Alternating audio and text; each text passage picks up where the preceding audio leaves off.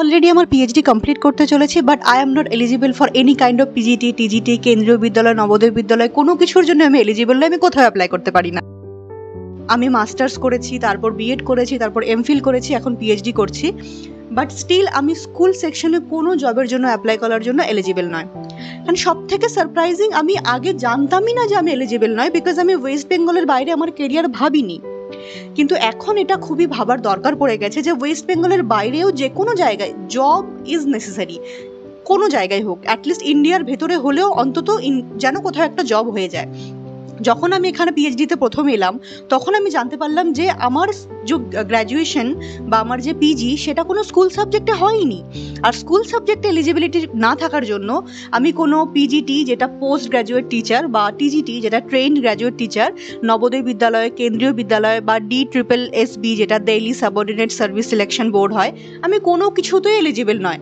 মানে আমি শুধুমাত্র একটা সেকশনে এলিজিবল, সেটা হচ্ছে আমার কলেজের প্রফেসরশিপ, আর সেটাতে সিট কতটা কম আসে সেটা সবাই জানো। আমরা যদি টিচিং প্রফেশনে আসতে চাই, তাহলে আমাদের ডিসাইড করতে হবে যতটা সম্ভব আমরা আমাদের অপশনগুলোকে ওপেন রাখবো। এটা নয় যে আমি অনলি প্রফেসর হব, যেখানে বছরে 4 বছরে 16টা 20টা সিট আসছে, আমি শুধু সেটার জন্য অ্যাপ্লাই করব। তো আমাকে এখন পিএইচডি কমপ্লিট করা পর্যন্ত ওয়েট করতে হচ্ছে। পিএইচডি শেষ হলে আমি স্কুল সাবজেক্টে পিজি অ্যাপ্লাই করব, 2 বছর আমি আবার পিজি করব, তারপর আমি এলিজিবল হব সব স্কুলগুলোর জন্য, এবং তারপর অ্যাসিস্ট্যান্ট প্রফেসরের জন্য। তো তখন আমার সব রাস্তা ওপেন হবে। So it is a huge mistake in my academic life. তো সেটা যাতে না হয়, তাই আমি এখানে এই ভিডিওটাতে আজকে দেখাবো যে যদি তুমি মনে করো যে তুমি টিচার হতে চাও, সে তুমি প্রফেসরশিপে যাও বা স্কুলে যাও, টিচিং প্রফেশনে থাকতে চাও, তাহলে তোমাকে প্রথম থেকেই খুব ওয়াইজলি সাবজেক্টগুলো চুজ করে আসতে হবে। তো সেটা আমরা চলো দেখে নিই এখানে, যে প্রথম থেকে কীভাবে সিলেকশনগুলো আমরা করলে ইন ফিউচার গিয়ে আমরা পিএইচডিও করতে পারবো, রিসার্চও করতে পারবো, প্রফেসরশিপেও যেতে পারবো, সাথে আমরা টিচিংয়ের জন্য এলিজিবল থাকবো। তো আমাদের অনেকগুলো অপশন খোলা থাকবে। তো চলো দেখি। তো যদি তুমি ক্লাস 12-এর পর তুমি ডিসাইড করে নাও যে তুমি টিচার হতে চাও, তো ইনিশিয়ালি তোমার কাছে একটা অপশন রয়েছে।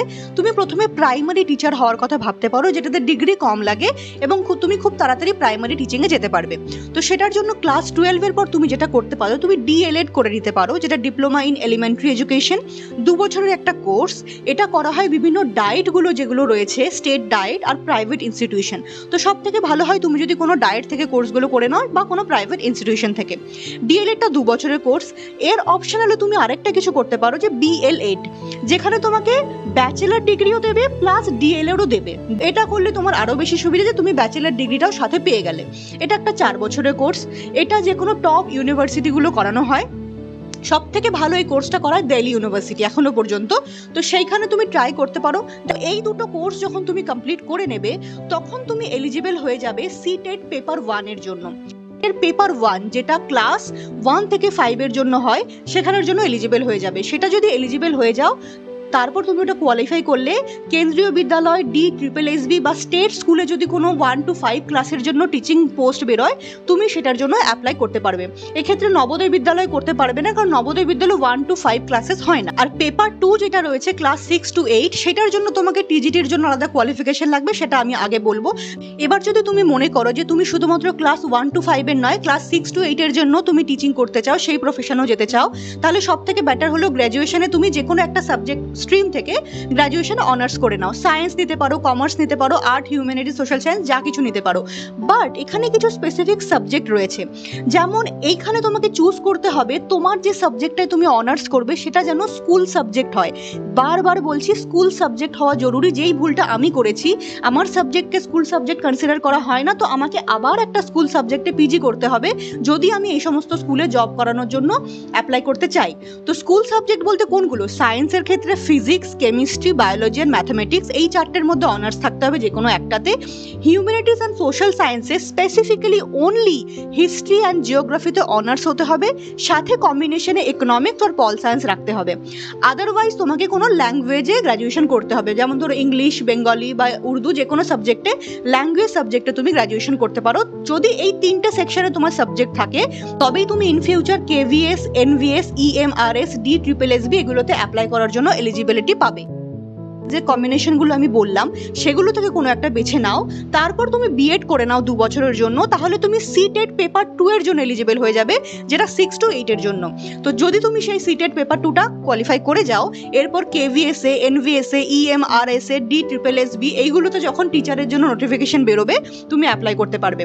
সব থেকে ভালো একটা ব্যাপার হলো এটা যে এই সমস্ত জবগুলোতে খুব ভালো অ্যামাউন্টের স্যালারি দেয়।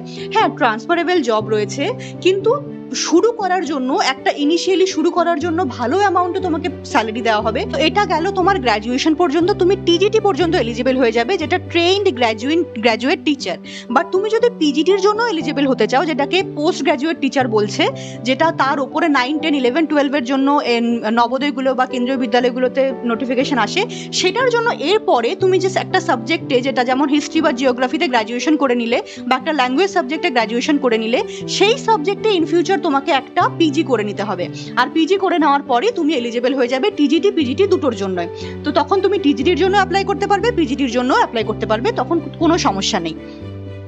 এবার যখন তুমি টিজিটি পিজিটি দুটোর জন্য এলিজিবল হয়ে গেলে, তোমার হাতে অপশন খুলে গেল, এবার তুমি নিশ্চিন্তে হায়ার স্টাডিজ জন্য এগোতে পারো। যেমন এরপর তুমি যদি চাও, অলরেডি তোমার বিএড হয়ে গেছে, গ্র্যাজুয়েশন হয়ে গেছে, একটা সাবজেক্টে মাস্টার্স হয়ে গেছে, তো তুমি পিজিটি টিজিটি দুটোর জন্য কমপ্লিটলি এলিজিবল। এবার তুমি চাইলে বাকি যে কোর্সগুলো মার্কেটে চলছে, যেমন এমএড চলছে, এমএডটা কখনো কখনো কোনো জায়গায় ফাউন্ডেশন কোর্সের জন্য কাজে লাগে, তো তুমি এমএড করে নিতে পারো। বা যদি তোমার এডুকেশন ছাড়া অন্য কোনো সাবজেক্টে রয়েছে গ্র্যাজুয়েশন, তো তুমি এমএড করে তুমি পিএইচডি করতে পারো এডুকেশনে। বা তুমি যদি চাও তোমার যেই সাবজেক্টে অনার্স রয়েছে তুমি সেই সাবজেক্টেই করতে চাও পিএইচডি, তাহলে সেখানে তুমি অলরেডি এলিজিবল পিজি করার পর তুমি নেট জেআরএফ দাও, জেআরএফ কোয়ালিফাই হয়ে গেলে তুমি পিএইচডির জন্য যে নোটিফিকেশন আসবে তখন অ্যাপ্লাই করো, তুমি পিএইচডিতে চান্স পেয়ে যাবে। তখন তোমার একটা সুবিধা হবে যে তুমি যদি অন্য কোনো সাবজেক্ট থেকে এমএড করে এডুকেশনে পিএইচডি করতে আসো, বা তোমার সাবজেক্টে পিজি করে তুমি নেট জেআরএফ কোয়ালিফাই করে পিএইচডি করতে আসো, তুমি যখন পিএইচডিতে আসবে, মনে করো তোমার জেআরএফ কোয়ালিফাই হয়ে গেল, তুমি তখন 5 বছর টাইম পাবে। 5 বছর তোমাকে গভর্নমেন্ট 40 to 50,000 টাকা দেবে, সাথে তুমি সেই 5 বছরের রিসার্চ করবে, প্লাস 5 বছর তোমার কাছে অপশন থাকবে তুমি কেভিএস, এনভিএস, ডিএসএসবি, ইএমআরএস এই স্কুলগুলোতে জবের জন্য তুমি প্রিপেয়ার করতে পারবে, জবের জন্য অ্যাপ্লাইও করতে পারবে। তো এটা তোমাকে একটা এক্সট্রা ফেসিলিটি দেবে। ডিউরিং দ্য পিএইচডি তুমি স্কুলের জন্য অ্যাপ্লাই করো, যদি হয়ে যায় খুব ভালো, না হলে তুমি পিএইচডি কমপ্লিট করো, তোমাকে তো একটা ফাইন্যান্সিয়াল সাপোর্ট দিচ্ছেই। ইন বিটুইন যদি তোমার হয়ে যায় তাহলে তো খুব ভালো। হয়ে যাওয়ার পর পিএইচডি কমপ্লিট করার পর তুমি স্কুলে জব করতে করতেই প্রফেসরশিপের জন্য বাকি ইন্টারভিউগুলো দাও। আর যদি তোমার পিএইচডি কমপ্লিট করতে করতেও কোনো স্কুলে জব না হয়, but still you have more option, PhD complete করার পর তুমি অ্যাসিস্ট্যান্ট প্রফেসরের জন্য অ্যাপ্লাই করতে পারবে, স্কুলে টিজিটির জন্য, পিজিটির জন্য, ইএমআরএস এর সব জায়গায় তুমি অ্যাপ্লাই করতে পারবে। তো আমার যতটা অভিজ্ঞতা হয়েছে, আমি যেটা ভুক্তভোগী হয়েছি, সেখান থেকে আমার এটা আইডিয়া হয়েছে যে সব থেকে বেস্ট অপশন তুমি এই রাস্তা নিয়ে এসো, তুমি হায়ার স্টাডিও করতে পারবে, তোমার হাতে অনেক অপশনও খোলা থাকবে।